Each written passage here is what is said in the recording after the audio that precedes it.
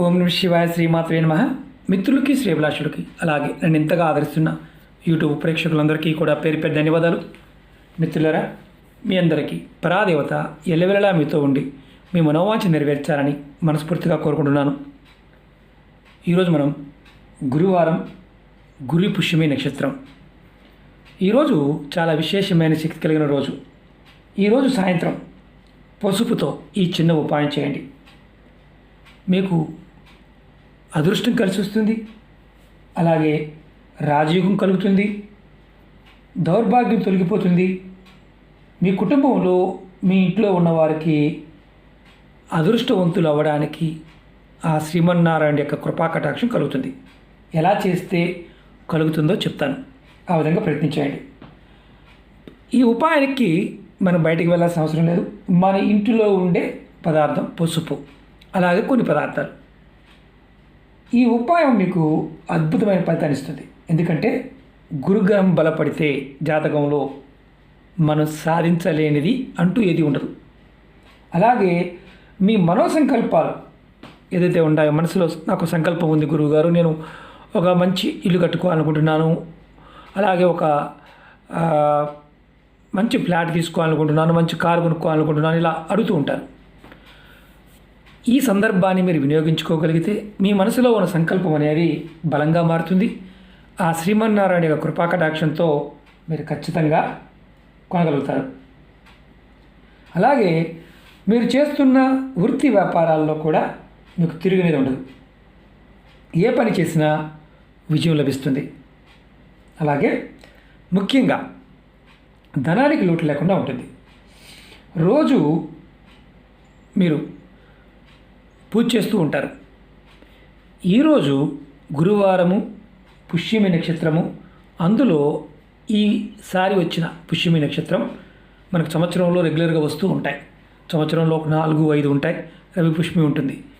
ఇదేంటంటే ఈసారి వచ్చిన పుష్యమి నక్షత్రం విశేషమైన శక్తితో ఉన్న సమయం. ఈ సాయంత్ర సమయంలో మనం కనుక ఈ తేలికను ఉపాయం చేస్తే అద్భుతమైన ఫలితాన్ని పొందుతాం. ముఖ్యంగా ఈరోజు మీరు స్నానం చేసిన తర్వాత నుదుటిన తప్పకుండా పసుపుని బొట్టుగా పెట్టుకోండి. పసుపుని మనం రెగ్యులర్గా ఇంట్లో వాడే పసుపు దేవుడికి వాడుతుంటాం కదా, బొట్టుగా పెట్టుకోండి. అలాగే మీ కుటుంబ సభ్యులందరూ కూడా పసుపుని బొట్టుగా పెట్టుకోండి. మీరు పూజ చేస్తున్నప్పుడు స్వామివారికి, అంటే శ్రీ మహావిష్ణువు, అంటే మనం ఇంట్లో కృష్ణుడు కానీ, రాముడు కానీ, వెంకటేశ్వరుడు కానీ, నారాయణుడు కానీ, లక్ష్మీనారాయణుడు కానీ ఉన్న పటం ముందు స్వామివారికి పసుపుతో బొట్టు పెట్టండి.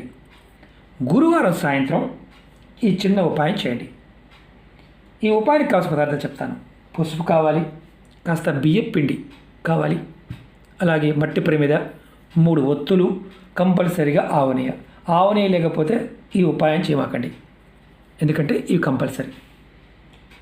అలాగే ఈ ఉపాయాన్ని చేసే సమయంలో, అంటే చేసే ముందు స్నానం చేసి చేయండి. ఈ ఉపాయాన్ని సాయంత్రం 6 నుండి రాత్రి 9 గంటల మధ్య ప్రాంతంలో చేయండి.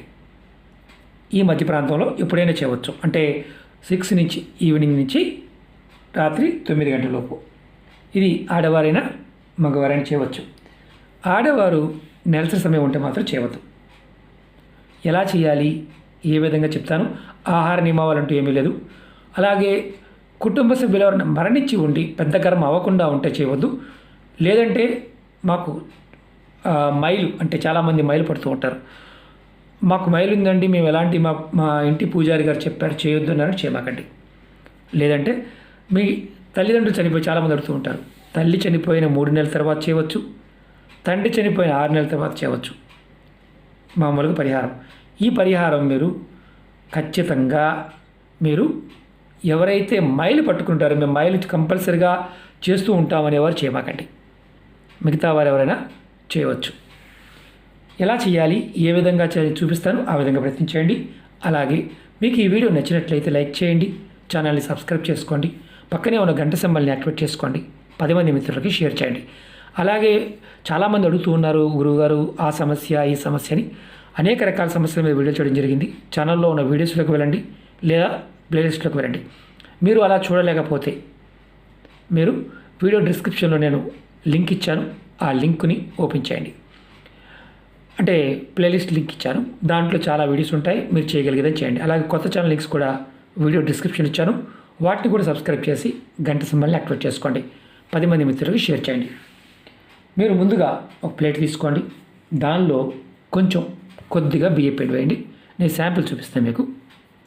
అలాగే పసుపు వేయండి, మీకు శాంపిల్ చూపిస్తున్నాను. దానిలో నీళ్ళు కలపండి. మీకు చూపించడం కోసం మాత్రమే మిత్రులారా ఇది ఎలా అనేది. తర్వాత మీరు ఏం చేస్తారంటే మీ ఇంటి మెయిన్ దర్వాజా నేను చూపిస్తాను ఏం చేయాలనేది. ఈ పక్కన పెడతాను, మీకు ప్రాక్టికల్గా చూపిస్తే ఈజీగా అర్థమవుతుంది.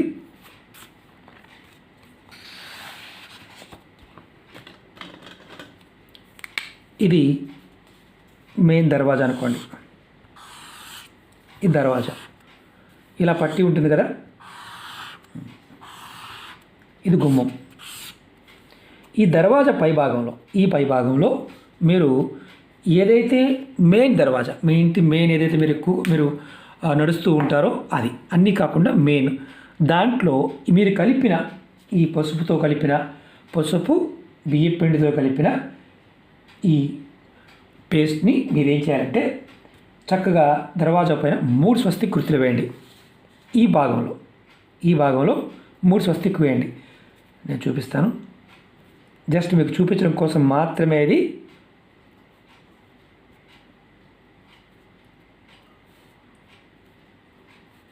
ఇలా వేసి 4 చుక్కలు పెట్టండి.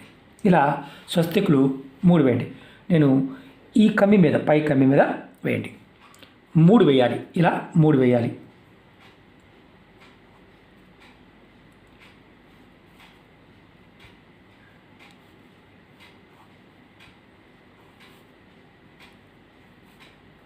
జస్ట్ మీకు చూపించడం కోసం మాత్రమే, లెంత్ వీడియో అయిపోతుందని ఆపుతున్నాను. ఇలా నేను ఇప్పుడు 2 వేసాను, 3 వేయాలి. ఇలా కమ్మి పైన 3 వేయండి. వేసిన తర్వాత మీరు మట్టి ప్రమిది తీసుకోండి. ఇలా మట్టి ప్రమిది తీసుకోండి, దానిలో 3 ఒత్తులు వేయండి విడివిడిగా. ఇలా 3 ఒత్తులు వేయండి, విడివిడిగా వేయండి. ఆవు నెయ్యి, కంపల్సరీగా ఆవు నెయ్యి మాత్రమే వాడండి. ఇందులో మాకు ఆవు నెయ్యి లేదండి గురువుగారు మరి ఎలా అని అడుగుతూ ఉంటారు. ఆవు నెయ్యి లేకపోతే చేయవద్దు, ఆవు నెయ్యి మాత్రమే వాడండి. 3 ఒత్తులు వేసి ఈ ప్రమిదిని దీపం వెలిగించండి. ఈ దీపంలో చిటికెడు పసుపు, దీపం వెలిగించిన తర్వాత దీనిలో లోపల చిటికెడు పసుపు వేయండి. ఇలా వేసిన తర్వాత దీపం వెలిగించారు, తర్వాత చిటికెడు పసుపు వేశారు. తర్వాత ఈ దీపాన్ని మీ కుడి చేతిలో పట్టుకొని మీరు ఏదైతే స్వస్తిక్ గుర్తులు పైన వేశారో గుమ్మం పైన, ఆ స్వస్తిక్ గుర్తులకి మనం హారతిస్తాం కదా, అలా చూపించండి. మీరు ఈ ప్రమిదిని ఒకవేళ చేతితో తిప్పలేకపోతే వేడిగా ఉంటుంది కాబట్టి ఏదైనా ప్లేట్లో పెట్టైనా సరే తిప్పవచ్చు, అది గుర్తుంచుకోండి. మీరు గుర్తుంచుకోవాల్సింది ఏంటంటే చేతితో తిప్పగలిగితే తిప్పవచ్చు, లేదంటే ఏదైనా ఒక ప్లేట్ తీసుకొని దానిలో పెట్టి హారతి ఎలా అయితే చూపిస్తామో అలా ఆ స్వస్తికి చూపించండి. మీరు దీపాన్ని ఏదైతే మీరు హారతిగా చూపించారో ఆ దీపాన్ని మీరు మీ గుమ్మం బయట పెట్టండి. ఎటువైపు పెట్టాలి అని మనం ఉంటుంది, మీరు కుడి వైపునైనా పెట్టవచ్చు, ఎడమ వైపునైనా పెట్టవచ్చు, ఏ ఇబ్బంది లేదు. ఈ చిన్న ఒక పాయింట్ చేసి చూడండి, మీ అదృష్ట ద్వారాలు తెరుచుకుంటాయి, లక్ష్మీ ప్రసన్నత లభిస్తుంది, ధన ప్రాప్తి కలుగుతుంది. అంటే ఇంత చిన్నదాంతో దొరికిపోతుందో అనుమానం ఉంటుంది. ఎందుకంటే సమయానికున్న శక్తి, మనం ఉపాయాలు ఎప్పుడు కూడా తాంత్రిక ఉపాయాలు ఏదైనా సరే ఆ సమయానికున్న శక్తిని సరిగా వినియోగించుకోగలిగితే, ఆ పదార్థంతో చేయగలిగితే ఖచ్చితమైన ఫలితం ఉంటుంది. మనకి చాలా ఉపాయాలు చేస్తూ ఉంటాం, ఒక్కొక్కటి చేసుకుంటూ వెళ్తూ ఉంటాం, మెల్లమెల్లగా మార్పులు వస్తాయి. ఈ సమయంలో మాత్రం ఆ అద్భుతమైన శక్తి ఉంటుంది కాబట్టి లక్ష్మీదేవి యొక్క ప్రసన్నత ఉంటుంది. మళ్ళీ గుర్తుంచుకోండి, సాయంత్రం 6 నుండి 9 సమయం, 6 నుంచి మనకి ఈ సమయం ఏదైతే ఉందో అద్భుతమైన యోగం ఉంటుంది. ఈసారి పుష్యమి నక్షత్రం ఉదయం 9:30 దగ్గర నుంచి మనకి రెండవ రోజు వరకు ఉంది. అంటే ఎక్కువ సమయం ఉంది. కాబట్టి ఈ చిన్న ఉపాయం చేసి ఖచ్చితమైన ఫలితాన్ని పొందండి.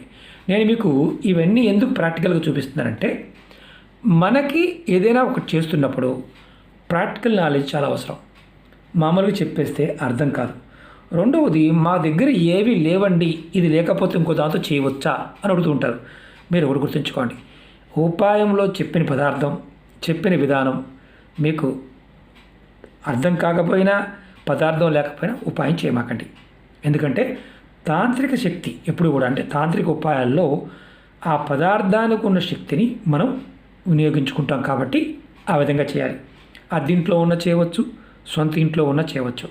గుమ్మం మాత్రమే, షట్టర్ కాదు, గుర్తుంచుకోండి. మన ఇంటి దగ్గర చేయవలసింది ఇది గుమ్మం. అదే మాకు షాపులో గుమ్మం ఉందంటే గుమ్మం చేసుకోవచ్చు. మెయిన్ గుమ్మం అక్కడే ఉంటామండి, షాపు ఇల్లు ఒకటేనండి, చేసుకోవచ్చు అడుగుతూ ఉంటారు, వారు చేసుకోవచ్చు. షట్టర్కి మాత్రం కాదు, ఇది గుర్తుంచుకోండి. గుమ్మానికి మాత్రమే, గుమ్మం పైన మాత్రమే ఇచ్చేయాలి. ఓకే మిత్రులారా, మీకు ఈ వీడియో నచ్చినట్లయితే లైక్ చేయండి, ఛానల్ని సబ్స్క్రైబ్ చేసుకోండి, 10 మంది మిత్రులకి షేర్ చేయండి. ఓం నమః శివాయ, శ్రీమాత్రే నమః.